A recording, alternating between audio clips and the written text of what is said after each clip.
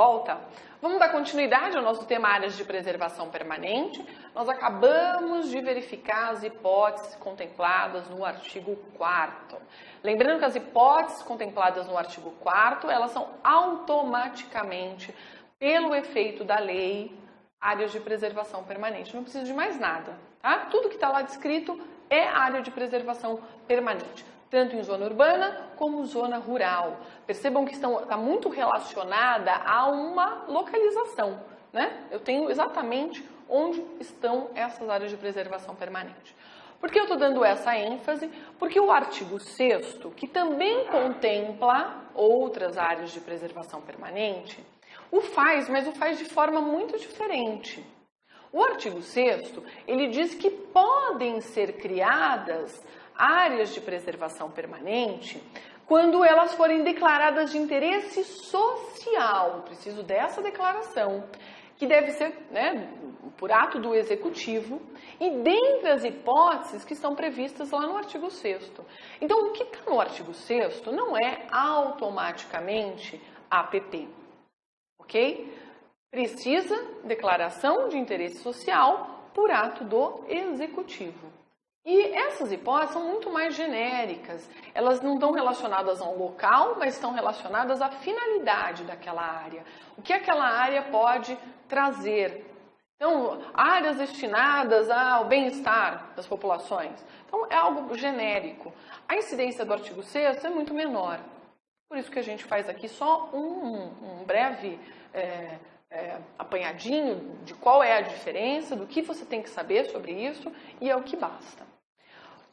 Passando a um outro tema que interessa, é relativo às regras de utilização dessa área de preservação permanente.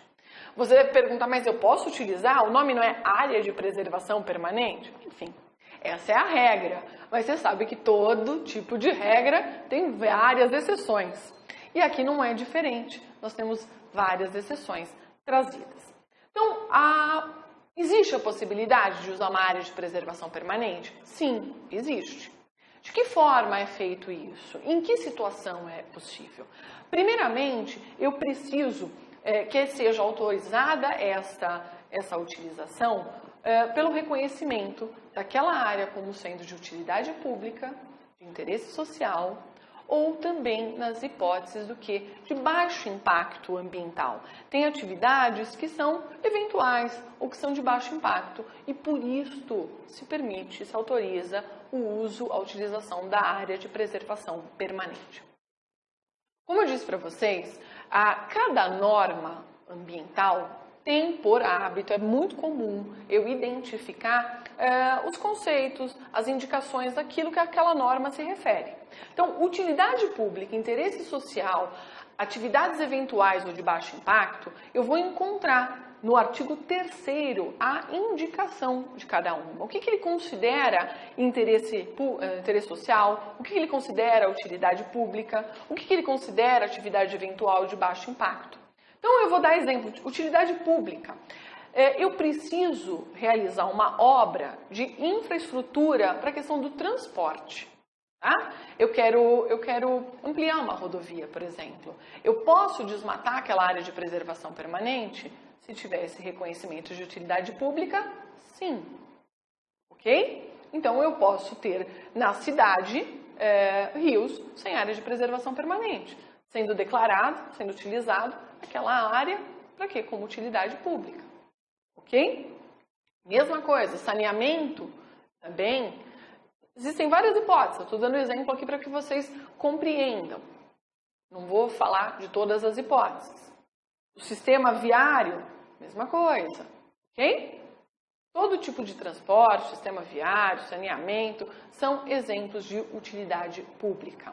O que é exemplo de interesse social? A norma fala em interesse social, por exemplo, se eu preciso daquela área para captação e condução de águas. Isso é interesse social, eu posso utilizar aquela área de preservação permanente. Se eu preciso implantar esporte e lazer, eu também posso utilizar aquela área de preservação permanente, desde que reconhecida como de interesse social, essa utilização. que são práticas eventuais, atividades eventuais e de baixo impacto? Por exemplo, eu vou implantar uma trilha. Preciso fazer uma trilha de acesso. Isso também, eu posso fazer isso no meio de uma área de preservação permanente. No caso de rampa de lançamento de barco, está lá previsto na norma como um exemplo de atividade de baixo impacto ambiental. Então, essas situações permitem a utilização das áreas de preservação permanente.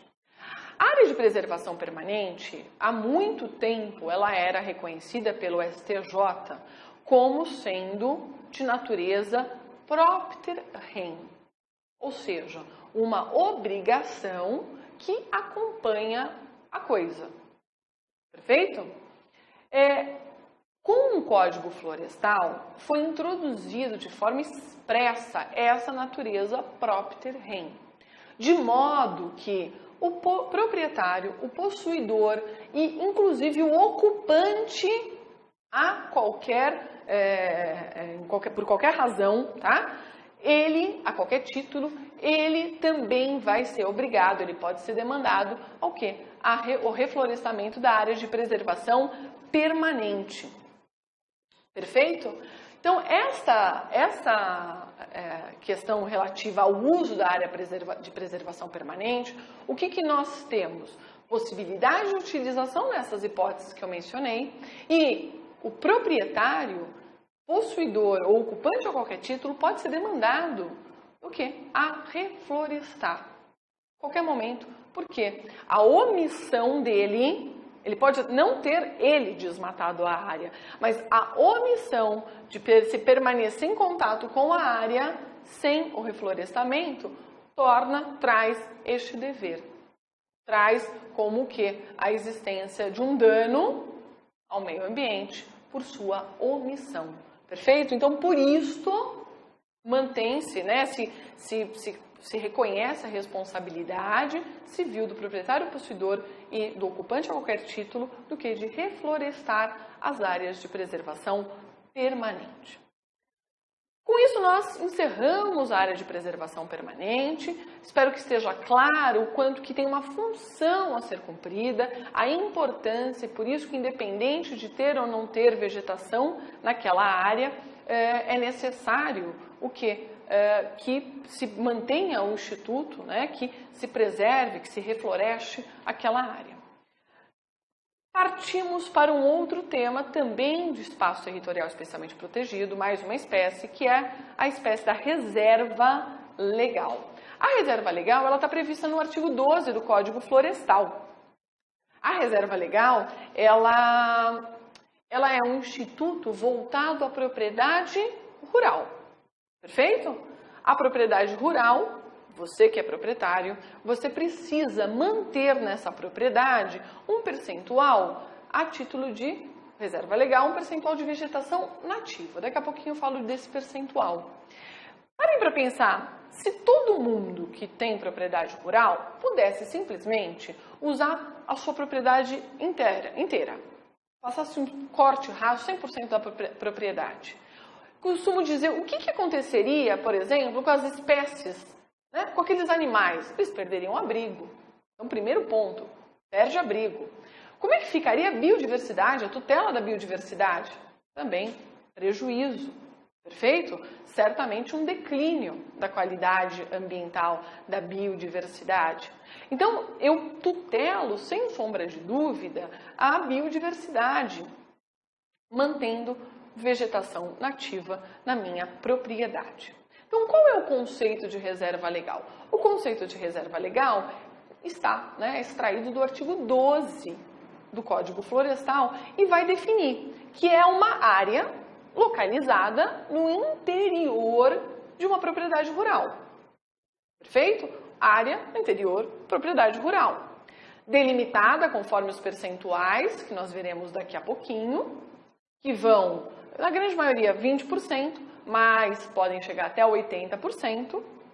E a função ambiental da reserva legal, também, da mesma forma que nós vimos a função ambiental da APP, a função da reserva legal é a seguinte: eu posso dividir aqui em 3 funções. Primeira função, que é uma novidade do Código Florestal, que traz assegurar o uso econômico de modo sustentável dos recursos naturais. A ideia da reserva legal sempre trouxe, né, uma sensação de limitação, de não poder ser explorado, de não poder fazer um uso, como se fosse uma área perdida. Então foi inserido as funções, foi exatamente essa ideia de assegurar o uso econômico de modo sustentável, claro, dos recursos naturais. Então essa é a primeira função. A segunda função, algo que eu venho dizendo, auxiliar a conservação e a reabilitação dos processos ecológicos e promover com isso conservação da biodiversidade. Perfeito? Quando eu mantenho vegetação nativa, eu permito que esse processo ecológico daquela área seja reabilitado, né? Deixo lá. Ou eu faço um planejamento, um programa de recuperação para esse reflorestamento, ou, dentre isso, até é possível, como alternativa, que ela se regenere, que eu deixe lá sem mexer e os processos ecológicos vão sendo reestruturados. Claro, isso traz biodiversidade. E, por fim, a ideia, terceira função, promover o abrigo e proteção da fauna e da flora. Tá fácil, né? Quais são as 3 funções a que se presta a reserva legal? Primeiro, uso econômico dos seus recursos de forma sustentável. Segundo, conservação do quê? Da biodiversidade. Reabilitação dos processos ecológicos. E, terceiro, abrigo da fauna e da flora. Certo? Neste conceito, o que a gente precisa ver, que está faltando, são os percentuais de reserva legal. Que percentual que eu preciso reservar? O percentual que eu preciso reservar depende de 2 perguntas. Primeira pergunta que eu tenho que fazer. Meu imóvel está localizado na Amazônia Legal? Onde está o conceito? Onde está delimitado a Amazônia Legal? A Amazônia Legal está delimitado no artigo 3º, inciso 1º. Tá? Eu verifico se o meu imóvel está ou não incluído naquela região delimitada. A minha resposta é não. Meu imóvel não está na Amazônia Legal. Pronto, está resolvido. 20% é o percentual que você precisará reservar na sua propriedade. Fácil. No entanto, a resposta é outra. Você diz, putz, meu imóvel está sim localizado na Amazônia Legal. Se o seu imóvel está localizado na Amazônia Legal, eu vou precisar fazer mais uma pergunta para você. Eu vou perguntar qual é o bioma do seu imóvel? A que bioma ele se sujeita? Você vai me dizer, o bioma lá é floresta. Nessa hipótese, é o maior índice de reserva legal, você precisará reservar na sua propriedade 80%. Então, Amazônia Legal com bioma floresta é o maior índice, 80%.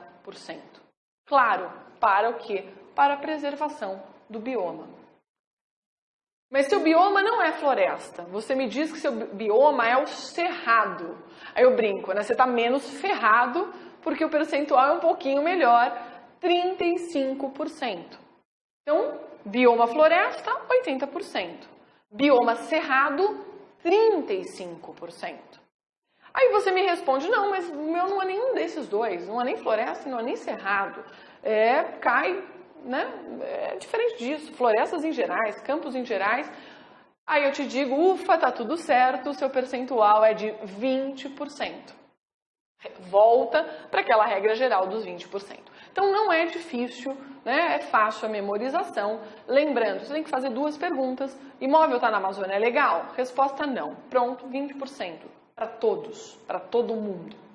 O imóvel está na Amazônia Legal? Aí eu preciso fazer a pergunta, qual é o bioma? Bioma floresta, 80%. Bioma cerrado, 35%. Fora disso, né, florestas em geral, campos em geral, 20%. Perfeito? Existem 3 hipóteses que são novidade aqui, que são de dispensa de reserva legal. A gente não tinha isso. Então, é possível se dispensar o quê? Um imóvel de ter reserva legal. Em que situações? Claro que são situações voltadas ao que? O interesse social, utilidade pública, como vocês vão perceber. São interesses, né? São situações que devem se voltar ao bem-estar coletivo, ok? Primeira hipótese de dispensa. Se eu estou construindo, se eu tenho um empreendimento de abastecimento público de água e tratamento de esgoto, tá? Estou usando aquele imóvel para isto. Eu não preciso manter a reserva legal. Então, se o meu empreendimento, a minha área é utilizada para água e tratamento de esgoto, não precisa ter reserva legal. Perfeito? Essa é a primeira dispensa. Segunda dispensa. Se eu for explorar naquela área, naquele imóvel, tiver relação com exploração de energia hidráulica, também está liberado. Eu não preciso, eu posso aproveitar todo o meu imóvel para aquela finalidade. Então tá facinho. Primeiro, água e tratamento de esgoto. Segundo, exploração de energia hidráulica. E terceiro, eu também não preciso me preocupar, enfim, eu não preciso manter a reserva legal na hipótese de implantação ou ampliação do quê? De rodovias e ferrovias. Eu vou ampliar uma rodovia, vai pegar imóveis, tudo bem, eu não preciso manter a área de reserva legal. Eu posso, enfim, construir naquela área, fica dispensado o imóvel de ter reserva legal. Então, três dispensas, situações todas voltadas à coletividade. Primeiro, abastecimento público de água e tratamento de esgoto. Segundo, exploração de energia hidráulica. E terceiro, o quê? A situação de implantação ou ampliação de ferrovias e rodovias. Tirando as situações de dispensa, eu vou exigir, né, vai ser exigido pela lei ambiental a manutenção, a criação, a instituição, para quem não tem, da reserva legal. E a pergunta é a seguinte: onde que se localiza? Quem define essa localização? O proprietário pode simplesmente falar, bem, eu quero que pegue essa parte aqui, isso aqui é até menos produtiva, ou menos, não me interessa muito, tal, e deixo isso para a reserva legal? Claro que não, né? Isso seria até uma forma de desvirtuar o instituto. Então, a localização, ela é determinada pelo órgão ambiental competente. E ele vai levar em conta uma série de elementos. Para quê? Para que o instituto seja efetivamente aplicado, que ele efetivamente cumpra a sua função. Então, são áreas, se tiver relação com a bacia hidrográfica da região, vai ser analisado isso. Se tiver corredores ecológicos, se tiver área que realmente demanda a maior conservação da biodiversidade.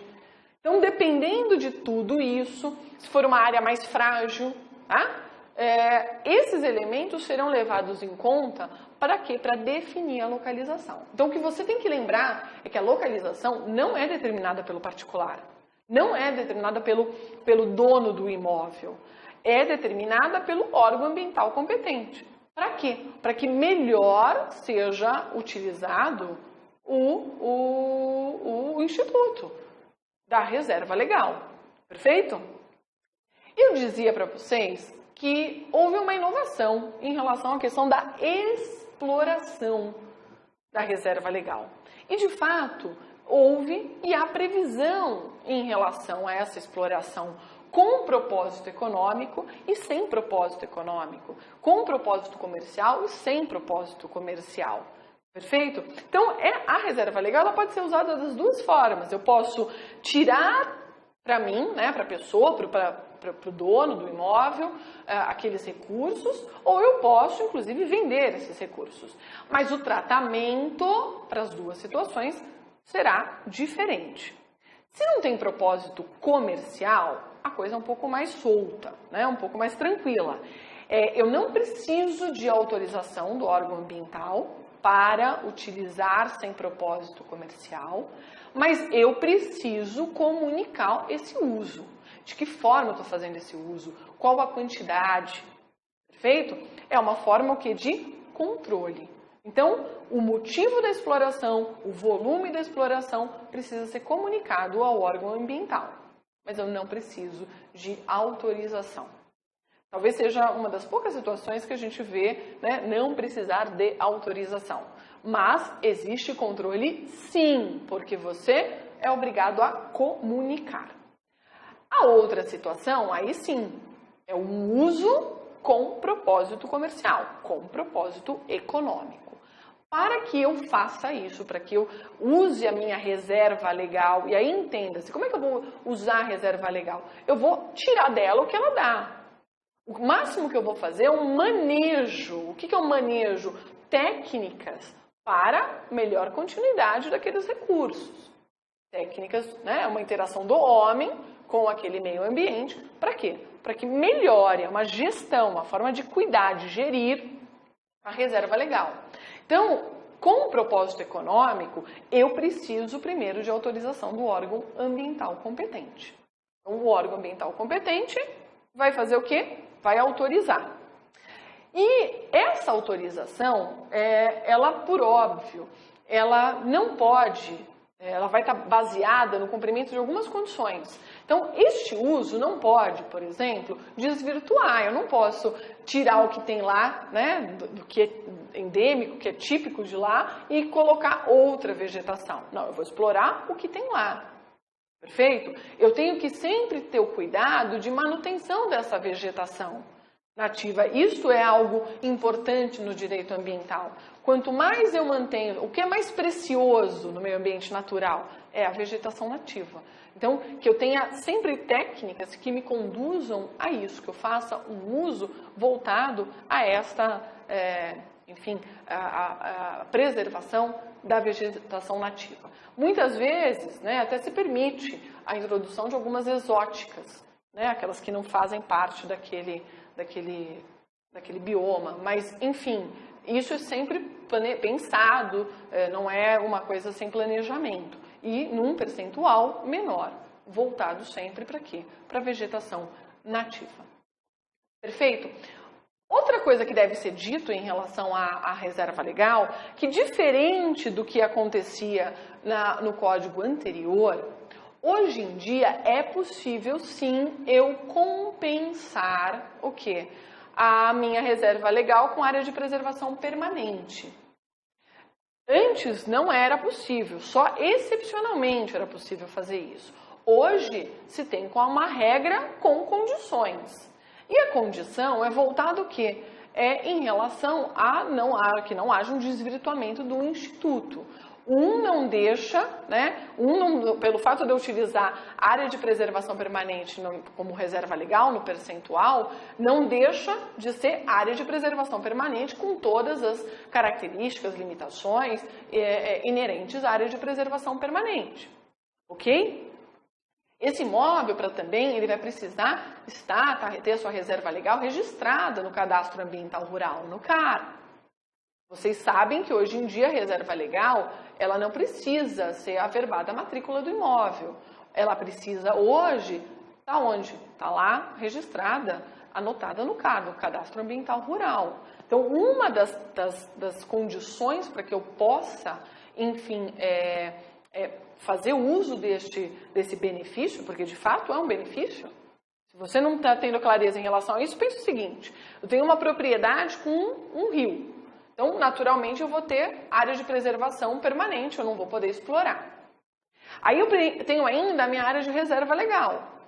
O que o código diz hoje é que, cumpridas as condições, que são relativamente simples, eu posso utilizar o meu percentual de reserva legal nos 20% da reserva legal. Meu percentual de APP, da área de preservação permanente, no percentual da reserva legal. Pô, é um grande negócio, né? Antes não era assim. Então, uma das condições, como eu disse, registro no CAR, Cadastro Ambiental Rural. Segundo, que não haja esse desvirtuamento. Não deixa de ser APP. Está lá computado no percentual, mas continua a ser APP e este é o tratamento que deve receber. Perfeito?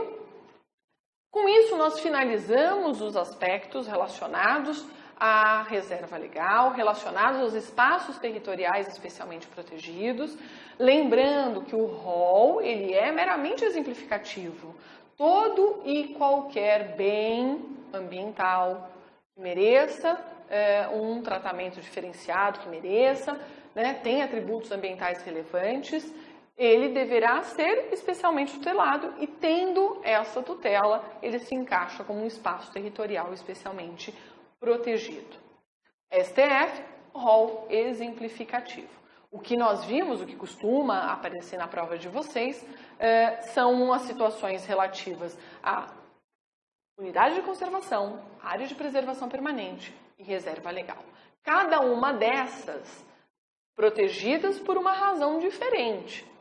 Nós vimos que as unidades de conservação voltadas a espaços grandes, a APP, funções específicas de cuidado de alguns recursos, reserva legal, conservação da biodiversidade, abrigo de espécies da fauna, da flora, além dessa última que a gente viu, a possibilidade de exploração dos recursos, que, enfim, através de um manejo sustentável da reserva legal.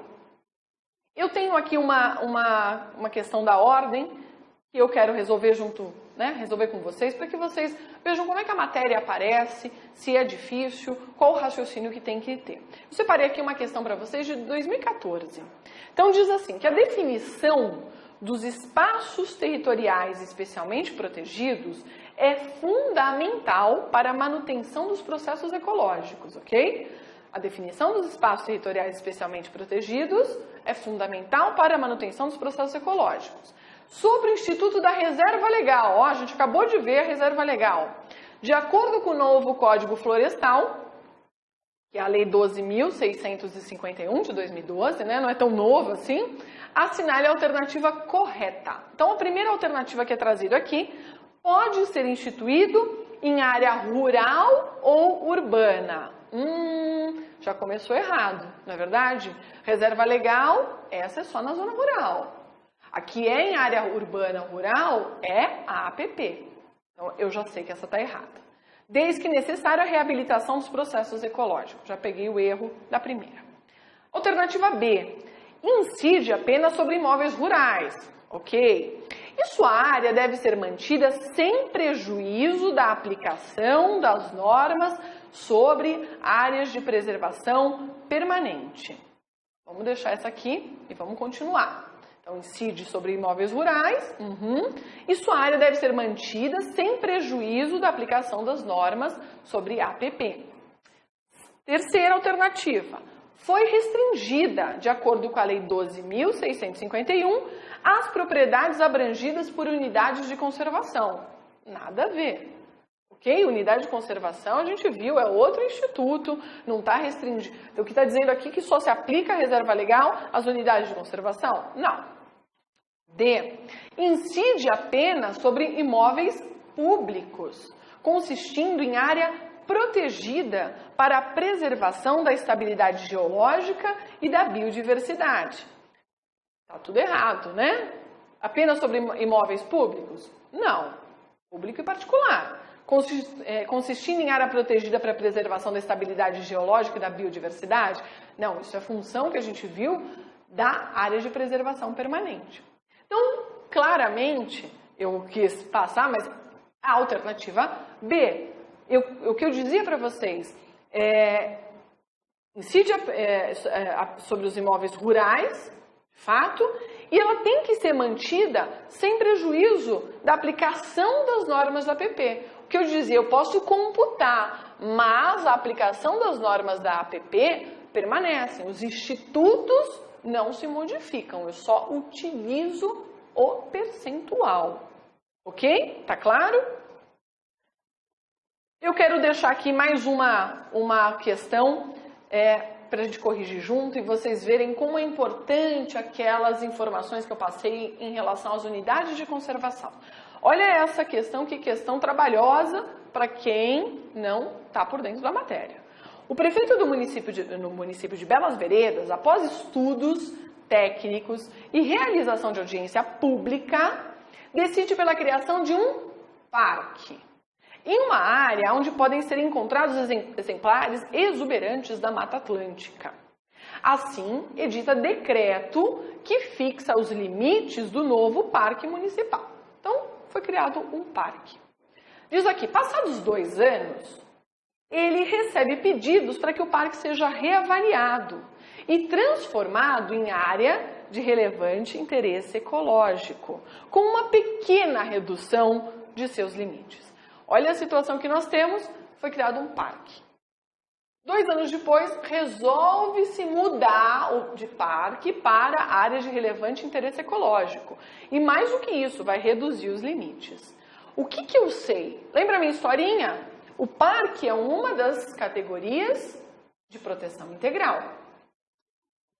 A área de relevante interesse ecológico não faz parte das minhas 5, então por dedução eu sei que ela é uma unidade de uso sustentável. Perfeito? Então eu estou querendo modificar uma de proteção integral para uso sustentável. E ainda que eu não soubesse nada disso, ele me deu a dica aqui quando ele fala que vai ter uma pequena redução dos limites. Se vai reduzir, vai piorar tudo. Vamos ver as alternativas. Em razão do princípio da simetria das formas do direito ambiental, a unidade de conservação criada por ato do Poder Executivo poderá ser reavaliada e ter seus limites reduzidos também por decreto. Bem, além dessa questão de simetria das formas do direito ambiental, a gente está vendo aqui que ter limite reduzido não pode ser por decreto. Então a gente já sabe que essa alternativa está errada, porque a nossa regrinha qual é? O que é para aumentar a proteção faz do jeito mais fácil. O que é para piorar é só por lei. Está piorando aqui, então teria que ser por lei. Como a Mata Atlântica é considerada patrimônio nacional, por força do 225, parágrafo 4º, apenas a União possui competência para a criação de unidades de conservação que incluam tal bioma em seus limites. Errado, isso aqui já foi há muito tempo julgado pelo Supremo Tribunal Federal, dizendo que não torna bem da União. O 225, parágrafo 4º, falar em patrimônio nacional não torna um bem da União. Aqueles biomas que estão consagrados lá no parágrafo 4º não são bens da União, ok? 3. A criação do parque é constitucional e legal. Mas como a área está definida como unidade de conservação de proteção integral, a alteração para a área de relevante interesse ecológico, que é a unidade de conservação de uso sustentável, com redução de limites, só pode ser feita por lei. Está na cara, é exatamente essa a alternativa correta. D. A reavaliação poderá ser feita por decreto, uma vez que a área de relevante interesse ecológico também é uma unidade de conservação do grupo de proteção integral. Vocês sabem que não, ela é integrante das unidades de uso sustentável. Então, essa é uma questão muito bem elaborada, eu gosto muito dela porque ela traz realmente a exigência de conteúdo, do conhecimento e com aquelas dicas que eu passei, vejam como fica muito mais fácil acertar, chegar aqui à solução adequada. Perfeito? Obrigada por tudo. Até a próxima. Vejo vocês.